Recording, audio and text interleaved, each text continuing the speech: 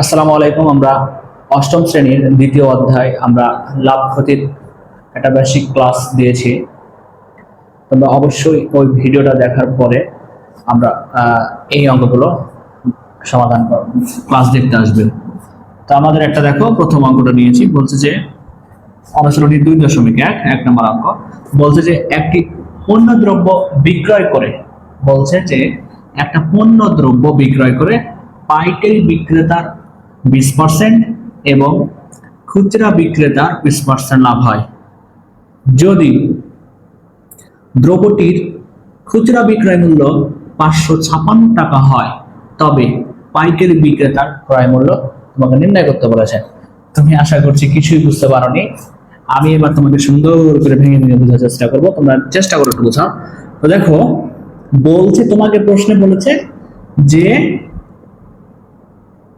খুচরা বিক্রয় মূল্য যদি 556 টাকা হয়, তাহলে তোমাকে প্রথম স্টেপ কাজ হচ্ছে যে খুচরা বিক্রয় নিয়ে কাজ করা। খুচরা বিক্রয় নিয়ে কাজ করা।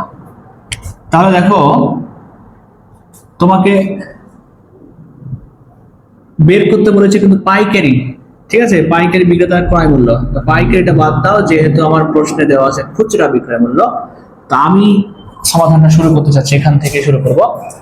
তো তার আগে তোমাকে দুটো কথা বলতে চাই যে তুমি মনে করো একটা তুমি একটা পণ্য দ্রব্য কিনতে গেছো।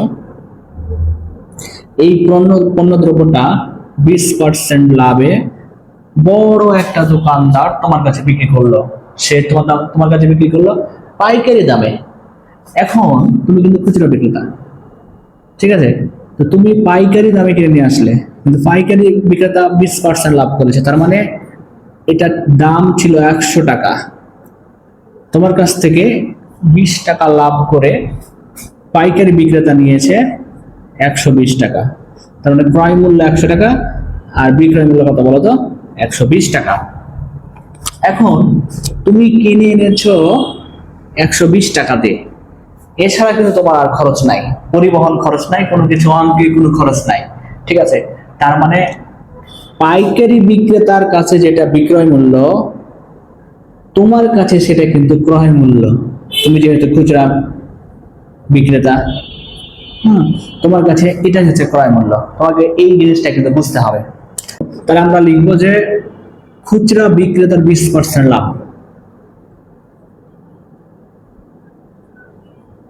খুচরা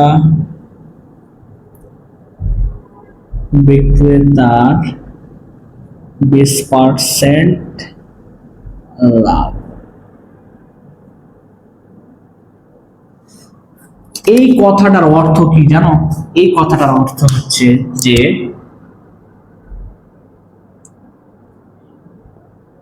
ক্রয় মূল্য 100 টাকা, ক্রয় মূল্য 100 টাকা হলে, ক্রয় মূল্য 100 টাকা হলে, ক্রয় মূল্য 100 টাকা, ক্রয় মূল্য 100 টাকা হলে বিক্রয় মূল্য হবে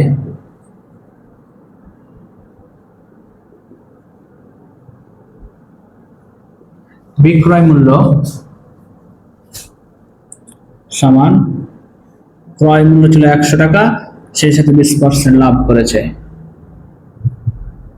এত টাকা, তার মানে 120 টাকা, ঠিক আছে? এটা হচ্ছে খুচরা বিক্রেতার বিক্রয় মূল্য, ঠিক আছে? এখন দেখো, আমার প্রশ্নে কিন্তু দেওয়া আছে 500 টাকা বিক্রয় মূল্য দেওয়া আছে। তাহলে তোমাকে কিন্তু এখন ক্রয় মূল্য বের করতে হবে, যেটা চাইবে প্রশ্নে।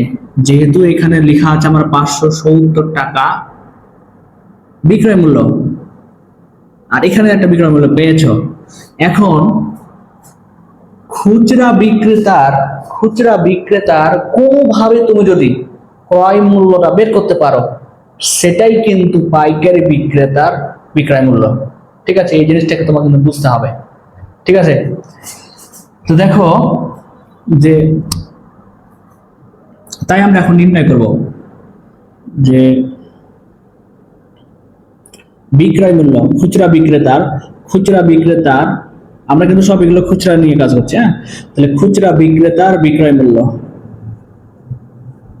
বিক্রয় মূল্য। তুমি চাইলে এখানে একটু লিখতে পারো যে খুচরা বিক্রেতার বিক্রয় মূল্য 120 টাকা হলে ক্রয় মূল্য 100 টাকা। এই লাইনটা ডাইরেক্ট আমি এইখান থেকে লিখলাম, ঠিক আছে। এরপর দেখো বিক্রয় মূল্য যদি 1 টাকা হলে ক্রয় মূল্য নিশ্চয়ই কম হবে, কম মানে ভাগ এত টাকা। এবার দেখো অতএব প্রশ্নে আমার লেখা আছে 570 টাকায় বিক্রয় মূল্য যদি 576 টাকা হয়, তাহলে বিক্রয় মূল্য 576 টাকা হলে ক্রয় মূল্য একটু বেশি হবে। বেশি মানে কি হবে বলো তো? বেশি মানে এবার একটু কি হবে বলো? গুণ হবে। তাহলে 576 গুণিত 100 নিচে 120। তাহলে আমার এইটুকুর ক্যালকুলেশন কত আসে বলো তো? তাহলে আমার এইটুকুর ক্যালকুলেশন কত আসে? তাহলে এইটুকুর ক্যালকুলেশন আমরা ক্যালকুলেটর দিয়ে বের করে নেব, যেহেতু আমাদের ক্যালকুলেটর ব্যবহার আছে। তাহলে 576 গুণিত 100 ভাগ 120 সমান 480 টাকা। তাহলে আমার এইটুকুর ক্যালকুলেশন আসলো 480 টাকা। তার মানে দেখো খুচরা বিক্রেতা, আমি কিন্তু সম্পূর্ণ এইখান থেকে এইটুকু সব খুচরা নিয়ে কাজ করছি। হ্যাঁ, তার মানে খুচরা বিক্রেতার ক্রয় মূল্য 480 টাকা, মানে যে খুচরা ব্যবসায়ী সে কিনেছিল 480 টাকাতে, আর 480 টাকা থেকে বিক্রি করেছিল পাইকারি বিক্রেতা। তার মানে পাইকারি বিক্রেতার বিক্রয় মূল্য আসলে এটা ছিল, এটা ঠিক আছে। তাই আমরা একটু লিখতে চাচ্ছি। হ্যাঁ, যেখানে খুচরা বিক্রেতার কেনাই পড়েছিল 480 টাকাতে, আর সেটাই হচ্ছে পাইকারি বিক্রেতার বিক্রয় মূল্য। তাহলে আমরা এখানে একটু লিখতে পারি যে খুচরা বিক্রেতার ক্রয় মূল্য সমান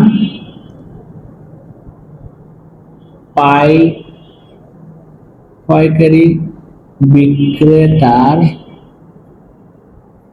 বিক্রয় মূল্য।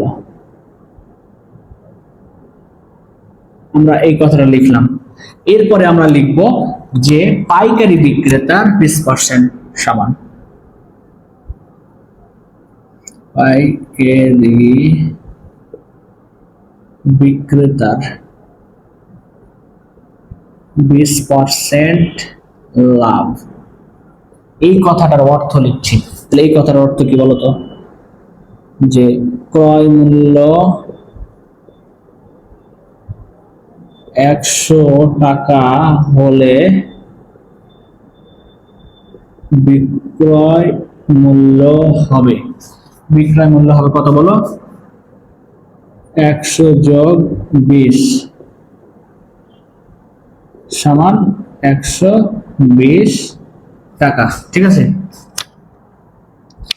তাহলে দেখো আমাকে প্রশ্ন বলেছে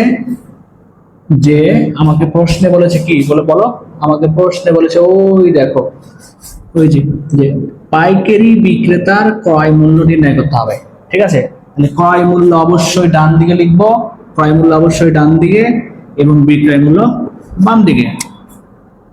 তাহলে এটা কিন্তু পাইকারি হিসাব চলছে, ঠিক আছে। তাহলে বিক্রয় মূল্য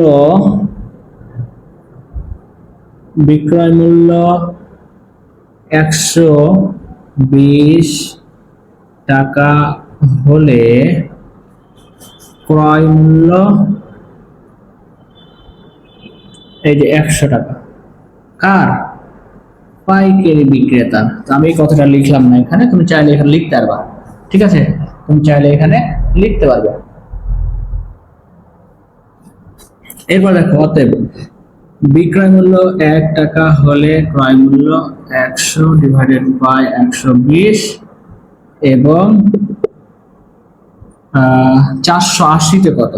বিক্রয় মূল্য, পাইকারি বিক্রেতার বিক্রয় মূল্য 480 টাকা হলে ক্রয় মূল্য, এবার একটু বেশি বেশি মানে গুণ, তাহলে এইটুকু যদি আমি এখন ক্যালকুলেশন করি তাহলে কত হয় বলতো? একটা শূন্য কাটলাম, 12 কে 12, 4 12 48, 4 100-তে 400 টাকা। তার মানে আমাদের পাইকারি বিক্রেতার ক্রয় মূল্য আসলে 400 টাকা ছিল। এটাই আমাদের কাঙ্ক্ষিত উত্তর। ঠিক আছে, যদি ভিডিওটা ভালো লাগে অবশ্যই লাইক কমেন্ট করবে, আর যারা বুঝতে পারছো না তারা একটু আবার দেখো, স্লো করে দেখো, তাহলে আশা করছি বুঝতে পারবে। পরবর্তী ক্লাস লেকচার অবশ্যই অপেক্ষা করো, শীঘ্রই আসবে।